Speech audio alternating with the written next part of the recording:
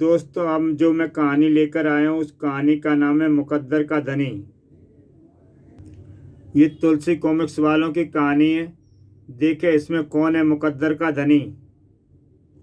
तो दोस्तों, कहानी हम शुरू करते हैं। रामगढ़ राज्य में एक गांव था, मुनकपुर। वहाँ रामदास के घर एक नया चिराग आने वाला था। हे भगवान, लड़का देना या लड़की, मगर देना नेक औलाद। कुछ देर बाद कमरे का दरवाज़ा खुला। बधाई हो रामदास, लड़का हुआ है। सच? रामदास बजाय अपने पुत्र को देखने के बजाय भाग खड़ा हुआ। पहले पंडित जी से लड़के के भविष्य के बारे में जान लूं, फिर उसे देखूंगा। कुछ ही देर में वह गांव के पंडित शिवचरण के सामने बैठा था। पंडित जी, मेरे पुत्र का भविष्य बताइए। क्या वह अपने माँ बाप का नाम रोशन करेगा? अभी देखता हूँ रामदास। हिसाब किताब लगाने लगा शिवचरण। हिसाब लगाते लगाते चौंक उठा वह। कमाल है, ऐसा भविष्य तो मैंने आज तक किसी का नहीं देखा। क्यों पंडित जी, सब कुशल मंगल तो है? रामदास, तेरा बेटा बहुत ही दुष्ट प्रवृत्ति का तथा हमेशा दूसरों का बुरा करने वाला बनेगा, क्योंकि वह बहुत ही शक्तिशाली होगा और इसी शक्ति का घमंड ही उसे दुष्ट बनाएगा। लेकिन उसके भाग्य में राजयोग लिखा है। क्या? खुशी और गम को अपने दामन में समेटे रामदास वापस लौट पड़ा। कैसा विचित्र भाग्य लेकर आया है मेरा पुत्र। समझ में नहीं आता, रोऊं या खुश होऊं। अपने पुत्र का नाम रामदास ने केशव रखा। पुत्र केशव, तू बड़ा होकर राजा बनेगा, समझे? राजा। इस प्रकार केशव रामदास तथा अपनी माँ सुशीला के देखरेख में बड़ा होने लगा। 6 साल का होने पर रामदास ने केशव को गांव की ही पाठशाला में डाल दिया। बोलो बच्चों, आ से अनार। तभी बिच्छू दुष्ट प्रवृत्ति का प्रवेश हो गया केशव में। अगले ही पल केशव ने आगे बैठे लड़का चीख उठा, आई वाह, मजा आ गया। किसने की ये घिनौनी हरकत? अपने डंडे से अध्यापक ने बिच्छू को उसकी पीठ से उतारा और साथ ही चीख पड़ा। केशव की इस हरकत को उसके सहपाठी नरेश ने देख लिया था। यह बिच्छू केशव ने फेंका था गुरुजी। और फिर गुरुजी ने केशव का जो हालत की वह असहनीय थी। तड़ाक तड़ाक। पाठशाला से छुट्टी होते केशव ने नरेश को पकड़ लिया। मेरी शिकायत करता है? हाँ, करूँगा। तो फिर ये ले शिकायत करने का इनाम। इस प्रकार शैतानियाँ करता केशव बड़ा होने लगा। वह इतना शक्तिशाली बन गया था कि बड़े बड़े वृक्षों को हंसी हंसी में उखाड़ देता था, और जब वह खाने बैठता तो मानो अनाज खा जाता। बड़ा होने के बाद भी केशव का दिमाग हर वक्त नई खुरापात सोचने में लगा रहता। 2 दिन हो गए, कोई शिकार हाथ नहीं लगा। अगर इस प्रकार 2 दिन और बीत गए तो मैं बीमार पड़ जाऊंगा। और तभी आंखें चमक उठी उसकी। आह, मिल गया शिकार। तुरंत ही पहुंचा केशव रस बिहारी के पास। कहाँ से आ रहे हो चाचा? आ गई मुसीबत। बैल खरीदने शहर गया था। ये बैल तो मरियल नज़र आ रहे हैं चाचा, तेरे खेत क्या जोतेंगे? ये बैल तुझे मरियल नज़र आ रहे हैं? और क्या, मेरा एक भी घूंसा नहीं सह सकेंगे। अबे जब बड़ा आया गामा पहलवान का बेटा, तो फिर देख लो। सचमुच केशव का बार बहुत जबरदस्त था। इस प्रकार उसने दूसरे बैल को भी घूंसा मार दिया और उसने रस बिहारी के दोनों बैलों को मार दिया। अपने बैलों को मरा देख रस बिहारी के पैरों तले जमीन निकल गई। यह तूने क्या किया दुष्ट? मेरे बैलों को मार डाला। तूने ही तो कहा था चाचा कि मैं इन्हें अपने घूंसों से नहीं मार सकता। मैं अपने बैलों का मुआवजा लूँगा तुझसे। पंचायत बुलाऊँगा मैं। हाँ जा बुला ले पंचायत। और अगले दिन रस बिहारी ने पंचायत इकट्ठी कर ली। अब आप ही न्याय कीजिए मुखिया जी, तुम्हारे साथ अन्याय हुआ है रस बिहारी। मुखिया ने रामदास से बात की। बताओ रामदास, क्या कहते हो तुम? आप द्वारा किया गया न्याय सिर आंखों पर मुखिया जी। तो फिर या तो रास बिहारी के बैलों की पूरी कीमत अदा की जाए, नहीं तो फिर केशव को गांव से निकाल दिया जाएगा। रामदास अपने पुत्र के करतूतों से बेहद तंग आया हुआ था।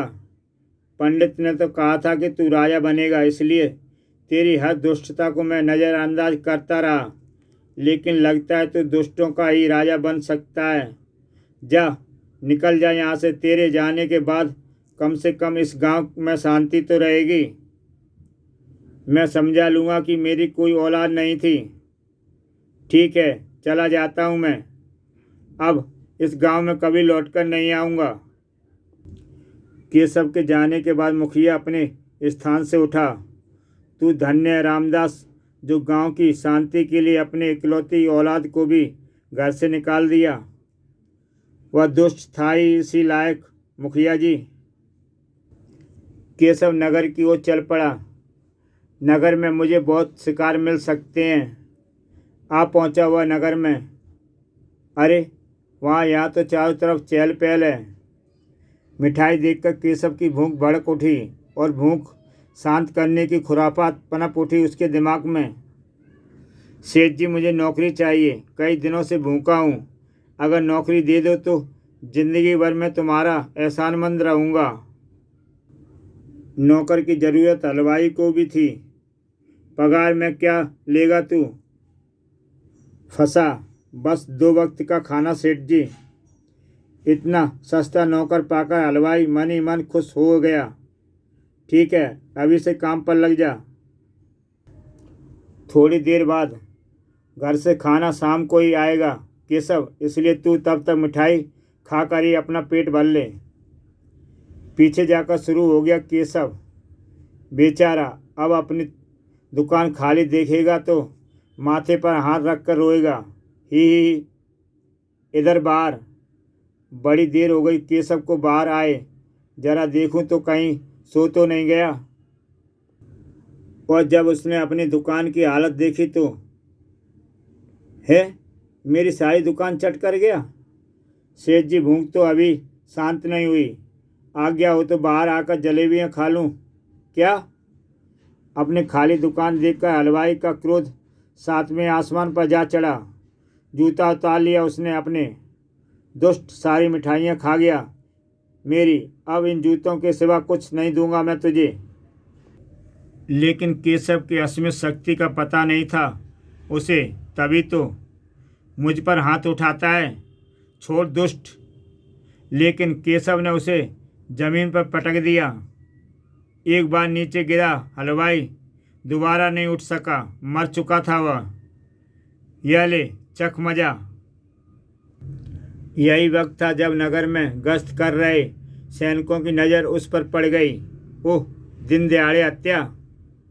सैनिक भागना चाहा केशव ने, मगर पकड़ लो इस हत्यारे को। आखिर फंस ही गया केशव। खबरदार कोई भी चालाकी की तो गर्दन धड़ से अलग कर दूंगा। अब नहीं बचूंगा मैं। महाराज मुझे अवश्य मृत्युदंड देंगे। सिपहसालार की बात सुनकर विश्वास नहीं हुआ महाराज अजीत सिंह को। सिर्फ एक ही बार में तुमने उस हलवाई को कैसे मार डाला? एक कैदी होते हुए मुस्कुरा पड़ा केशव। ऐसे केशव की बेपनाह ताकत देखकर हैरान रह गए महाराज। ओह, यह तो सचमुच बहुत शक्तिशाली है।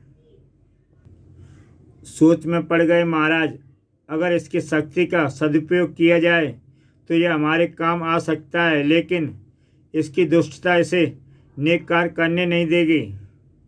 आखिर एक तरीका निकाल ही लिया महाराज अजीत सिंह ने। ले जाओ इस दुष्ट को और कारागार में डाल दो। वक्त आने पर यह हमारे बहुत काम आएगा। राजा मन ही मन सोच रहा था। और केशव को कारागार में डाल दिया गया। लगता है अब बाकी की जिंदगी कारागार में ही खत्म हो जाएगी। 2 दिन पश्चात महाराज की जय हो। सुमेरगढ़ का दूत मिलने की आज्ञा चाहता है। आज्ञा है। कुछ ही देर में दूत महाराज के सामने था। कहो दूत, क्या संदेश लाए हो? महाराज, हमारे महाराज ने यह संदेश भेजा है कि आप उनकी अधीनता स्वीकार कर लें, नहीं तो युद्ध के लिए तैयार हो जाएं। अपमान से चेहरा धधक उठा महाराज का। अगर तू दूत ना होता तो अभी तेरी गर्दन धड़ से अलग कर देता। जाकर अपने महाराज से कह दो कि अब हमारी भेंट रणभूमि में होगी। निश्चित स्थान पर रामगढ़ तथा सुमेरगढ़ की सेनाएं आमने सामने आप डटी। सुमेर सिंह ने आक्रमण का आदेश दिया। आक्रमण। घमासान युद्ध छिड़ गया। दोनों सेनाएं के बीच टनाक। निश्चय रूप से रामगढ़ की सेना सुमेरगढ़ पर भारी पड़ रही थी। इधर महाराज अजीत सिंह भी पूरी तरह डटकर सुमेर सिंह से लोहा ले रहे थे। हमें अधीन करने के तेरे सपनों को अभी खाक में मिला दूंगा। तभी जोरदार प्रहार हुआ सुमेर सिंह की तलवार पर और तलवार टूट गई। खटाक। अब बोल दुष्ट, क्या सलूक किया जाए तेरे साथ? तू मेरा कुछ नहीं बिगाड़ सकता। मैंने ऐसे नहीं अपना विजय अभियान शुरू किया था। और अगले ही पल, आजा जलूका, मुझे तेरी ज़रूरत है। चौंक उठे महाराज अजीत सिंह से। आए, ये तो कोई राक्षसी अट्ठास लगता है। और जो दृश्य उन्होंने सामने देखे उसे देखकर उनके छक्के छूट गए। ओह, यह कोई दैत्य लगता है। खत्म कर दे सारी सेना को जलूका। और जलूका टूट पड़ा रामगढ़ की सेना पर। कईयों को रौंद डाला उसने अपने पैरों के नीचे। हे भगवान, उफ, अब नहीं बचूंगा। अपनी सेना की दुर्दशा देख महाराज के होश उड़ गए। उफ, यह अकेला दैत्य तो कुछ देर में मेरी पूरी सेना को खत्म कर देगा। अगले पल उन्होंने जोर से धक्का दिया सुमेर सिंह को। और भागो, चीख उठा सुमेर सिंह। जलू का पीछा करो सेना का। एक भी सैनिक जिंदा नहीं बचना चाहिए। इस दैत्य का मुकाबला तो अब केशव ही कर सकता है। मुझे तुरंत ही उसके पास पहुंचना चाहिए। नहीं छोड़ूंगा, सभी को ख़त्म कर दूंगा। और महाराज अजीत सिंह सकुशल कारागार तक पहुंच गए। दरवाज़ा खोलो। तुरंत ही महाराज केशव के पास पहुंचे। केशव, हम तुम्हें आज़ाद करने आए हैं। क्या? हाँ, मगर तुम्हें अपनी शक्ति का परीक्षण देना होगा। हमारे राज्य पर शत्रु राज्य ने आक्रमण किया है। शत्रु राज्य सुमेर सिंह का एक गुलाम दैत्य जो हमारी सेना पर भारी पड़ रहा है। यदि तुम उस दैत्य को मार दो तो तुम्हारी उद्दतता का सजा भी पूरी हो जाएगी और तुम्हारा मातृभूमि की गुलाम होने से बच भी जाएगी।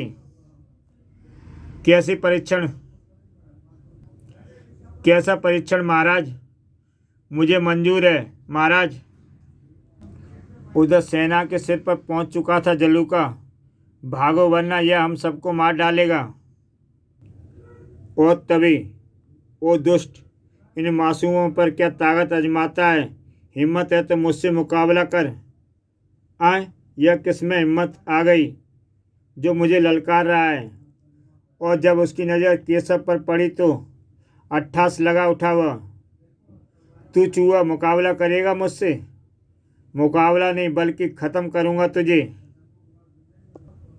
अगले ही पल उछला केशव और बुरी तरह से लड़खड़ा गया जलूका। वह समझ गया कि दुश्मन अत्यंत शक्तिशाली है, इसलिए वह संभल गया। झपट हुआ केशव पर। इतनी आसानी से हाथ नहीं लगने वाला। मैं तेरे अपनी भुजाओं में पीसकर ख़त्म कर दूंगा तुझे। जल्लू का जैसे ही नीचे झुका, केशव ने लपक कर उसकी गर्दन पकड़ ली। अब तो तेरी मौत के बाद ही छोड़ूंगा तेरी गर्दन। और कड़ाक, सुमेर सिंह, जो कि महाराज अजित सिंह की दुर्दशा देखने के लिए वहां पहुंच चुका था, बाजी पलटते देख भाग खड़ा हुआ वह। अब तो भागने में ही भलाई है। केशव, सुमेर सिंह भाग रहा है। अगले ही पल मैं इसे भागने दूंगा तब ना। केशव एक बड़ा पेड़ उखाड़ने लगा और फेंक मारा उसने वृक्ष को सुमेर सिंह की तरफ। वह चीख सुमेर सिंह की आखिरी चीख थी। सुमेर सिंह पेड़ के नीचे दब चुका था।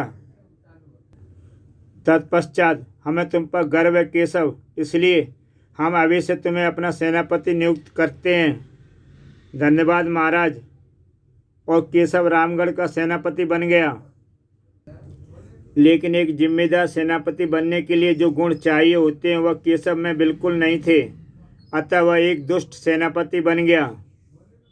हा, और मारो इन्हें, इतना मारो कि सारी चमड़ी उधेड़ दो। इन्हें तड़पते देखकर मेरे कलेजे को कितनी ठंडक पहुंच रही है। सरकार, मेरे बेटे को छोड़ दो, मेरा एक ही सहारा है। लेकिन जल्लाद से भी ज़्यादा क्रूर था केशव। दूर हट, मेरे पैर गंदे कर दिए। केशव के अत्याचारों की शिकायत महाराज के पास दिन व दिन बढ़ती ही जा रही थी। अगर सेनापति के अत्याचार खत्म नहीं हुए तो हम मजबूरन यह राज छोड़ना पड़ सक जाएगा। पेशों पेश में पड़ गए महाराज। क्या करूं, समझ में नहीं आता। केशव जैसा शक्तिशाली सेनापति मुझे और कहीं नहीं मिल सकता, पर उसके अत्याचारों को देखता हूं तो दिल करता है ख़त्म कर दूं उसे। महाराज की चिंता उसकी पुत्री राजकुमारी समनलता से देखी नहीं गई। पिताजी, सेनापति केशव के अत्याचारों से सभी दुखी हैं, फिर भी आप चुप हैं। हाँ पुत्री, क्योंकि केशव न केवल शक्तिशाली है बल्कि उसने हमारे राज्य को अधीन होने से बचाया है। काश कि मैं उसकी शक्ति के साथ साथ गुण भी होते तो वह हीरा कहलाता।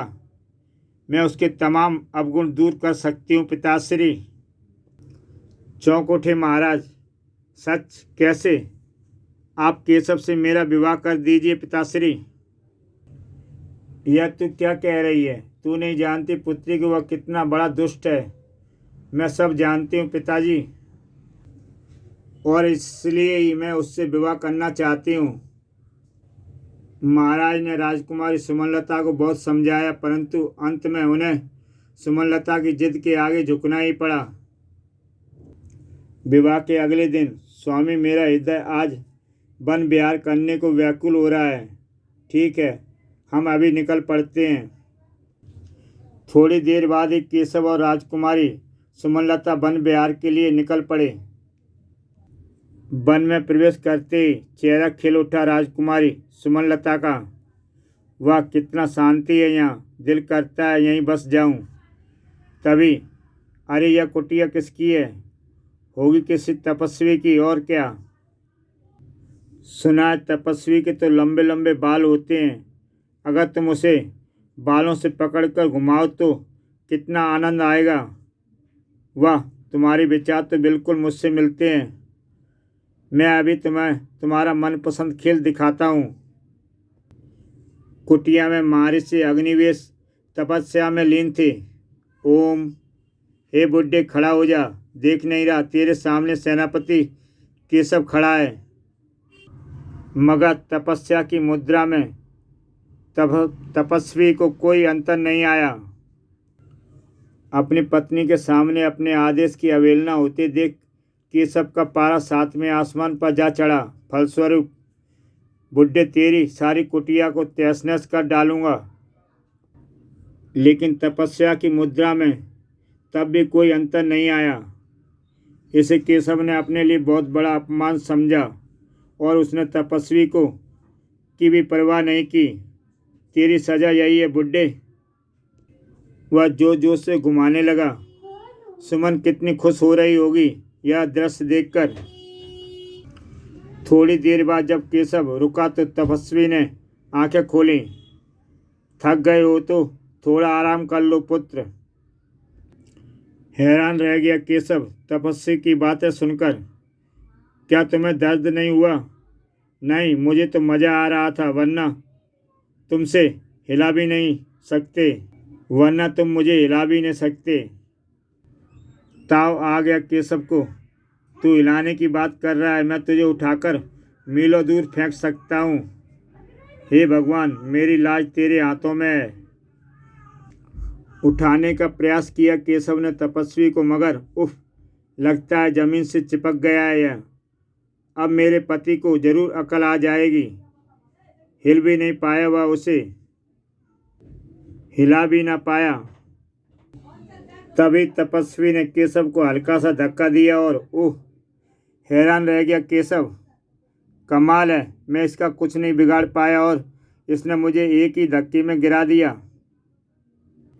तभी तपस्वी ने केशव को उठाया और उछाल दिया। क्या बात है पुत्र, तुम अपनी शक्ति का क्यों नहीं प्रयोग कर रहे हो? मैं जानता हूँ तुम मेरा कुछ नहीं बिगाड़ सकते, मगर फिर भी देख लो, तुमसे अधिक शक्तिशाली होते हुए भी मेरे दिल में कोमल भावनाएं हैं, जबकि तुम अपनी शक्ति का दुरुपयोग कर रहे हो। मैं चाहूँ तो तुम्हें समाप्त करके स्वयं सेनापति बन सकता हूँ, परंतु वन के दुखी जीवों की सेवा करने का संकल्प लिया है मैंने, और देखो कितना प्रेम करते हैं वन के जीव मुझसे। उसी के साथ ही आओ मेरे वन मित्रों, तुम्हारा मित्र बुला रहा है तुम्हें। जाने कैसा जादू भरा था तपस्वी की आवाज़ में कि वन के सभी जीव जंतु उसकी तरफ बढ़ने लगे। देखा पुत्र केशव, बेशुमार ताकत पाकर भी मैंने प्यार के दम पर इन दरिंदों को अपना बना लिया है, मगर तुम तो मनुष्य को भी अपना नहीं सके। अपनी दुष्टता से तुम सभी के लिए घृणा के पात्र बन गए हो। तपस्वी की बातों ने केशव की आंखें खोल दी। मुझे क्षमा कर दिए ऋषिवर, मैं अपनी ताकत के नशे में दुष्ट बन गया था। सुबह का भूला अगर शाम को घर लौट आए तो वह भूला नहीं कहलाता। उठो पुत्र। हे भगवान, तेरा लाख लाख शुक्र है। और जब केशव वापस महल की ओर लौटा तो वह एक नया केशव बन चुका था। अब मुझे पता चला कि दूसरों की पीड़ा कैसी होती है, और जब महाराज को केशव में हुए इस परिवर्तन का पता चला तो बहुत हैरान हुए। तुमने यह जादू कैसे कर डाला पुत्री, जो केशव जैसे दुष्ट के स्वभाव को बदल डाला? मैंने केशव की दुष्टता के बारे में महागुरु से बात की तो वे बोले, पुत्री, केशव को अभी तक सवा सेर नहीं मिला। यूं भी उसके भाग्य में दुष्ट होना ही लिखा है, लेकिन यदि कोई उससे अधिक शक्तिशाली उसे प्यार से समझाए तो उसका भाग्य पलट सकता है। तो उसे किसी प्रकार यहाँ लेकर आ पुत्री, उसका भाग्य मैं बदलूंगा। जो आज्ञा गुरुवर। और इस प्रकार महागुरु ने केशव जैसे हीरे को तराश डाला। तुम धन्य हो पुत्री। उधर अपनी पिछली भूलों का एहसास होते ही केशव अपने गांव गया और अपने माँ बाप को महल ले आया। मुझे क्षमा कर दीजिए पिताश्री, मैं भटक गया था। नहीं पुत्र, यह सब भाग्य का लिखा है। कुछ समय बाद महाराज सारा राजपाट केशव को सौंपकर महागुरु के पास चले गए और केशव रामगढ़ की राजगद्दी पर बैठकर सुचारू ढंग से राज करने लगा। केशव के पिता मन ही मन सोच रहे थे। पंडित शिवचरण ने सत्य कहा था कि मेरा बेटा एक दिन राजा बनेगा, और राजा केशव की राज दरबार में जय जयकार होने लगी। महाराज केशव की जय हो। ऐसी ही बेहतरीन कहानियाँ देखने के लिए मेरा YouTube चैनल सब्सक्राइब करें। मैं हर रोज़ आपके लिए लाता हूँ एक नई कहानी।